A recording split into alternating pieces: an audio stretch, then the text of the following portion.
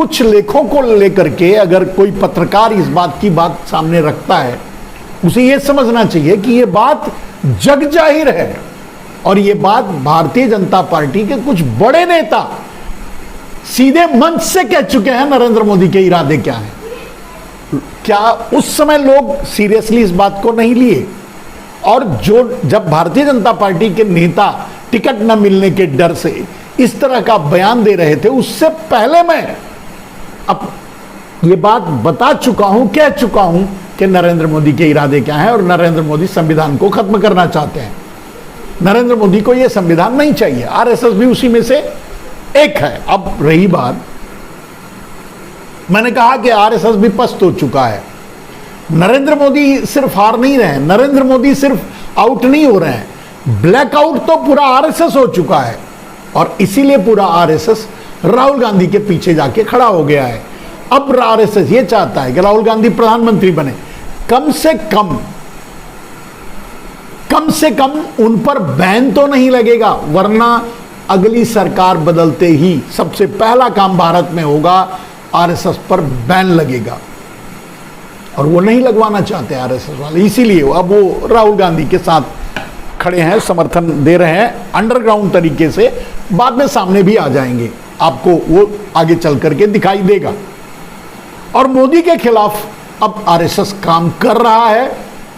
जो भी जहां भी नरेंद्र मोदी हार रहे हैं, मात खा रहे हैं या आउट हो रहे हैं, वो सब आरएसएस की चाल है। वैसे नरेंद्र मोदी को ये पता चल चुका है, नरेंद्र मोदी बोल भी चुके हैं कि कुछ लोग लगे हुए हैं मेरे पीछे मेरी छवि खराब करने के लिए।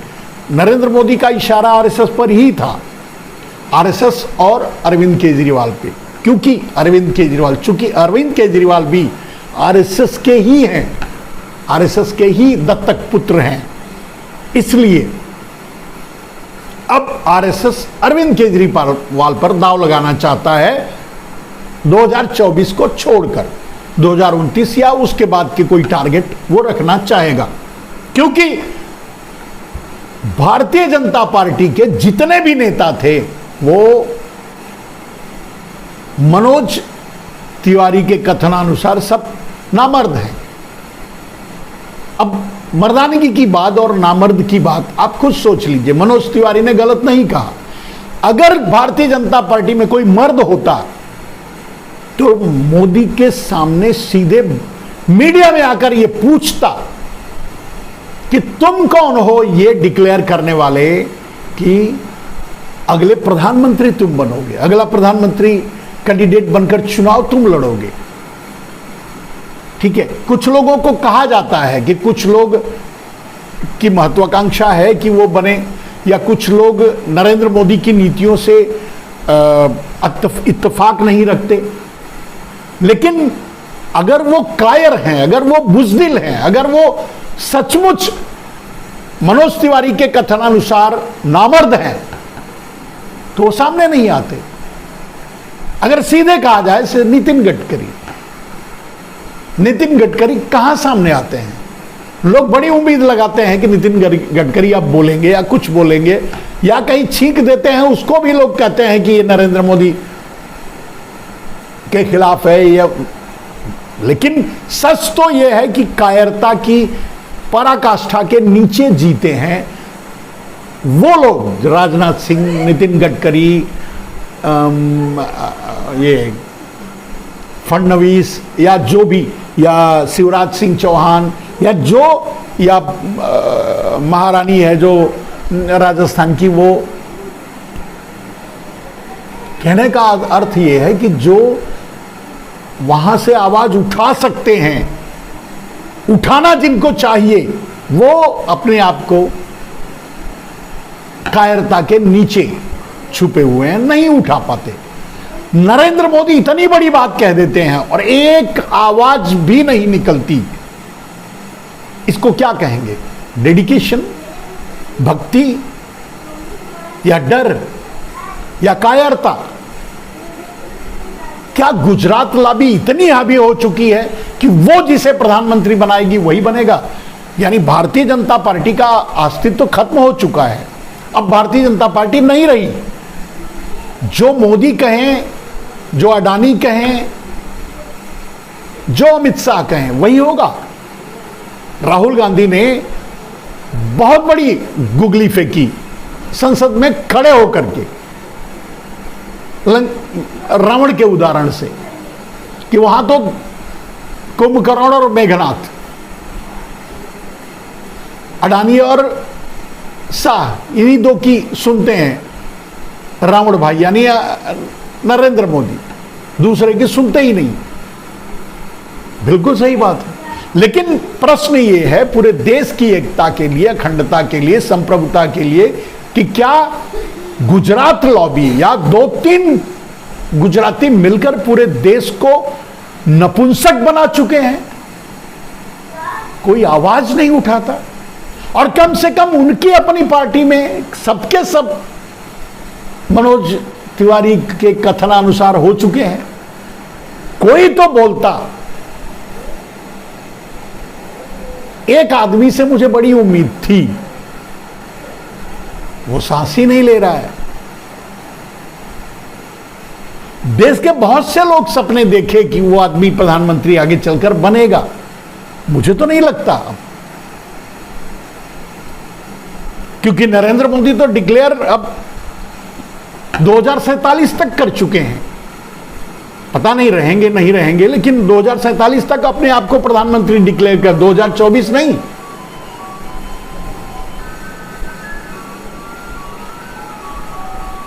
तो इतने खतरनाक सिचुएशन में, इतनी खतरनाक परिस्थितियों में देश को नरेंद्र मोदी कहां ले जाना चाहते हैं, और भारत के बुद्धिजीवी, भारत के समाजसेवी, भारत के शुभचिंतक, भारत को बचाने का नारा देने वाले, नारा लगाने वाले कहां हैं, कहां सो रहे हैं? लाल किले से नरेंद्र मोदी झूठ बोलते हैं और लोग चुपचाप तालियां बजाते हैं। उनको क्या कहें? चाहे कोई भी हो, चाहे जितने लोग हों, क्या सबके सब नामर्द हो चुके हैं? किसी में मादा नहीं कि वो आवाज उठा सके, बोल सके, पूछ सके, कह सके।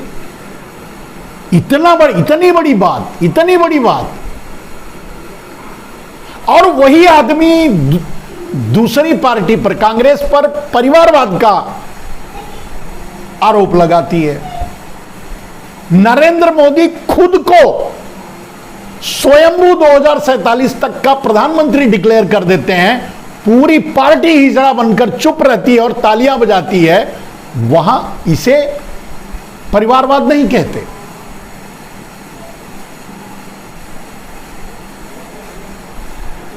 है? और वो परिवारवाद दूसरी जगह ढूंढते हैं। देश को खतरा बताते हैं परिवारवाद, अपने डूबे हैं अडानीवाद में। उनका मालिक हो, नौकर हो, लंगोटिया यार हो, खटिया का यार हो, बिस्तर का यार हो, पैसे का यार हो, पता नहीं क्या क्या का यार है, लेकिन उनका तो एक ही रिश्तेदार है और वो है अडानी। साइड बाई अंबानी भी मान लीजिए 2-4, और मेहुल चौकसी, नीरव मोदी जैसे 2-4, और 100, 200, 500, 1000, 2000 चोर भी हैं। अब ये इससे बड़ा परिवारवाद क्या होगा? बात तुष्टीकरण की करते हैं। पूरे देश की संपत्ति लूटकर अकेले अडानी को दे देना, इससे बड़ी तुष्टीकरण क्या होगा? बात भ्रष्टाचार की करते हैं तो 18 करोड़ की जगह किसी काम को करने के लिए 250 करोड़ दे देना, इससे बड़ा भ्रष्टाचार क्या होगा? और सब कुछ अडानी के लिए, अंबानी के लिए। ठीक है, आप खुद सोच कर बताइए कि नरेंद्र मोदी देश को कहां ले जाना चाहते हैं, क्या करना चाहते हैं नरेंद्र मोदी? वो सामने दिख रहा है। जिन्हें ये शंका है या जो आज सवाल उठा रहे हैं कि नरेंद्र मोदी संविधान बदलने का इरादा रखते हैं, वो गलत हैं। सिर्फ इरादा नहीं, वो काम करना शुरू कर चुके हैं और वही कर रहे हैं। और ये तभी सक्सेस होगा जब देश आपस में लड़ेगा, देश आपस में बटा रहेगा, जब हिंदू मुसलमान से लड़ेगा, जब एससी और अपर कास्ट या कास्ट मतलब एक जाति दूसरे जात से लड़ेगी, जब एक धर्म दूसरे धर्म से लड़ेगा, जब एक समुदाय दूसरे समुदाय से लड़ेगा, जब एक प्रदेश दूसरे प्रदेश से लड़ेगा।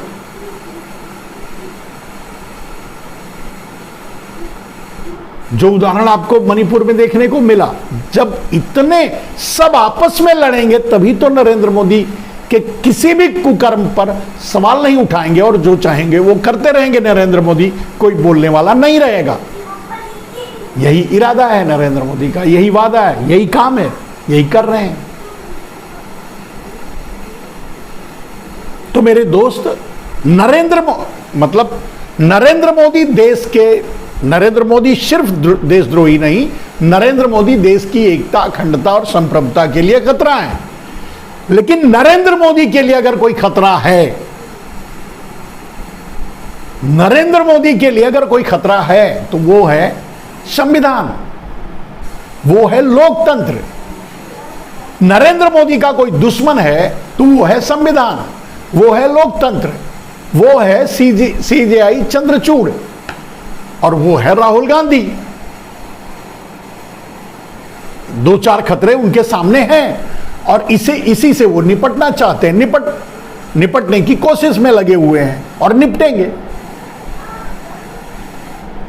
ये लड़ाई कहां तक जाएगी, कहां रुकेगी, कैसे रुकेगी, ये तो मैं नहीं जानता, लेकिन अंत क्या होगा वो मैं जानता हूं, वो आपको बता सकता हूं। नरेंद्र मोदी अगर सूरज पूरब से पश्चिम निकलना शुरू कर सकता है, लेकिन नरेंद्र मोदी फिर से प्रधानमंत्री नहीं बन सकते, नहीं बनेंगे, नहीं बन पाएंगे, कोई नहीं बनने देगा, आरएसएस ही नहीं बनने देगा। यह मेरा दावा है और वादा है। तो डरने की जरूरत है नरेंद्र मोदी के मंसूबों से। मैं कह रहा हूं वो प्रधानमंत्री नहीं बन पाएंगे, लेकिन अगर बीच में इमरजेंसी लगाकर पूरे देश को जेल में ठूस दिया, देश के वक्ताओं को, नेताओं को, बुद्धिजीवियों को, दूसरी पार्टी के नेताओं को, दूसरी पार्टियों को अगर जेल में ठूस दिया तो कोई क्या कर लेगा? तब क्या करोगे? उस स्थिति को मैं नहीं जानता। तब तो हो सकता है हमारा भी नंबर आए, भजन करेंगे चल करके कहीं किसी कोठरी में, वहां और भी लोग रहेंगे। लेकिन कहने का अर्थ यह है मेरे दोस्त कि नरेंद्र मोदी कोई थर्ड वे, कोई और रास्ता ढूंढ लेते हैं तो मैं नहीं जानता, लेकिन सीधे चुनाव लड़कर के नरेंद्र मोदी अब प्रधानमंत्री नहीं बन सकते। अब वो ओवरटेक करें संविधान को, जबरदस्ती कब्जा करें पूरे देश पर, इमरजेंसी लागू करें पूरे देश पर, कल सुप्रीम कोर्ट को भंग कर दें, संसद को भंग कर दें, पूरी राजधानी उठाकर जूनागढ़ चले जाएं, ऐसे बहुत से तुगलकी काम नरेंद्र मोदी कर सकते हैं। और ऐसा अगर करते हैं तो मेरी कोई गारंटी नहीं है। मेरे वादे, मतलब जो मैंने कहा, इस पर मैं तभी, मेरी बात तभी सच हो सकती है जब नरेंद्र मोदी सीधे चुनाव लड़ेंगे, चुनाव लड़कर जीतने की कोशिश करेंगे आम आदमी के वोट से। दुनिया की कोई ताकत नरेंद्र मोदी को फिर से प्रधानमंत्री नहीं बना, संसद नहीं पहुंचा सकती, प्रधानमंत्री बनाने को छोड़ दो। गुजरात पहुंचा सकता है, जब वो गुजरात से चुनाव लड़ेंगे तो जीत जाएंगे, संसद भी पहुंच जाएंगे। कंडीशन, हमारी बात कंडीशन पे है। अगर वो फिर से सत्ता में रह सकते हैं, पाकिस्तान से युद्ध कर लें, चीन से छोटा मोटा मिलीजुली युद्ध कर लें, पाकिस्तान से युद्ध मिला जुला युद्ध कर लें, माहौल बनाने की कोशिश करें, अपनी कुछ सेनाओं को मरवा दें, दूसरे चीन को बोलें थोड़ा हमला करो, थोड़ा अंदर आओ, फिर हम देखेंगे कैसे जो है आगे आकर के पीछे जाने को कैसे क्या कहते हैं। इस तरह की घटनाएं दंगे करवा दें देश में पूरे। और राहुल गांधी ने संसद में कहा कि नरेंद्र मोदी पूरे देश में पेट्रोल छिड़क चुके हैं, अब तो आग लगा रहे हैं। नफरत का पेट्रोल पूरे देश में नरेंद्र मोदी छिड़क चुके हैं, तो अब तो आग लगाने का काम कर रहे हैं। तो कहने का अर्थ यह है मेरे दोस्तों कि मोदी से बहुत ज्यादा डरने की जरूरत नहीं है। मोदी अब हार रहे हैं, मोदी अब टूट रहे हैं, मोदी अब बिखर रहे हैं, मोदी अब बौखला रहे हैं, क्योंकि मोदी के सामने एक पढ़ा लिखा इंसान राहुल गांधी खड़े हैं और राहुल गांधी के एक भी बात का जवाब नहीं दे पाते नरेंद्र मोदी, और नहीं देते हैं, कन्नी काटते हैं, काट जाते हैं। तो ज्यादा डरने की जरूरत नहीं है, लेकिन जो साइड बाई खतरा है उसके लिए सावधानी देश को बरतनी चाहिए। उन जिम्मेदार संस्थाओं को भी अलर्ट रहना चाहिए कि नरेंद्र मोदी इस तरह का कुछ कर सकते हैं। आपने देखा नरेंद्र मोदी की ट्रोल आर्मी चंद्रचूड़ पर ही हमला किया, हमने सीजेआई पर ही हमला किया, यानी सुप्रीम कोर्ट पर ही हमला किया, उनको ही ट्रोल कर दिया। अभी कुछ पत्रकार कहते हैं कि अमित मालवीय हैं या भारतीय जनता पार्टी का ये नेता है, ये झूठ बोला, वो नेता है वो झूठ बोला, अमित मालवीय ये झूठ बोला। मैं उनको नहीं समझ पाता। उन पत्रकारों को ये बात समझनी चाहिए, जब सर से पांव तक नरेंद्र मोदी ही झूठ बोलते हैं तो उनके अमित मालवीय से आप सच की उम्मीद करते हो तो ये आपके विवेक का फेर है। मैं तो नहीं करता, मुझे कोई उम्मीद नहीं कि भारतीय जनता पार्टी का एक भी नेता सच बोलेगा और बोल सकता है। बोलेगा कैसे जब नरेंद्र मोदी झूठ बोल रहे हैं, दूसरा सच कैसे बोलेगा। अभी एक जो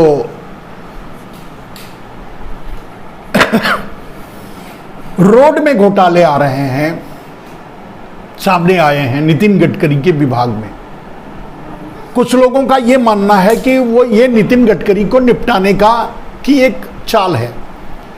यहां कोई चाल नहीं है मेरे दोस्तों। जो आप ये अनुमान लगाते हो कि नितिन गडकरी को निपटाने की चाल है और सीजेआई ऑडिट रिपोर्ट उसके खिलाफ दी गई है और ये सब साजिश की, ऐसा कुछ भी नहीं है। नितिन गडकरी की औकात क्या है? भारतीय जनता पार्टी में किसी मंत्री की औकात किसी भी ऑफिस में, किसी भी थर्ड क्लास ऑफिस में, बहुत बड़े बिजनेसमैन की बात नहीं कर रहा हूं, किसी भी थर्ड क्लास ऑफिस के चपरासी से ज्यादा औकात किसी भी भारत के मंत्री की नहीं है, किसी भी सांसद की नहीं है। चलती अकेले अमित शाह माने वही 3 आदमी सब कुछ डिसीजन लेते हैं।